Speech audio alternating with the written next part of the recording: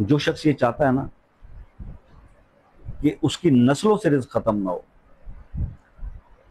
वो एक छोटा सा अमल कर दे। फजर की नमाज पढ़ने के बाद सलाम फेर के उसी जगह पर बैठे बैठे बगैर किसी से बात किए 11 बार दूध इब्राहिमी पढ़े और 41 बार सूरह कुरैश पढ़ ले और फिर 11 बार दूध शरीफ पढ़ ले। 40 दिन इस अमल को कर लें, इंशाअल्लाह अल्लाह इतना रिस्क देगा, इतना रिस्क देगा कि आपकी नस्लें भी बैठ के वो रिस्क खाएंगे तो ख़त्म नहीं होगा।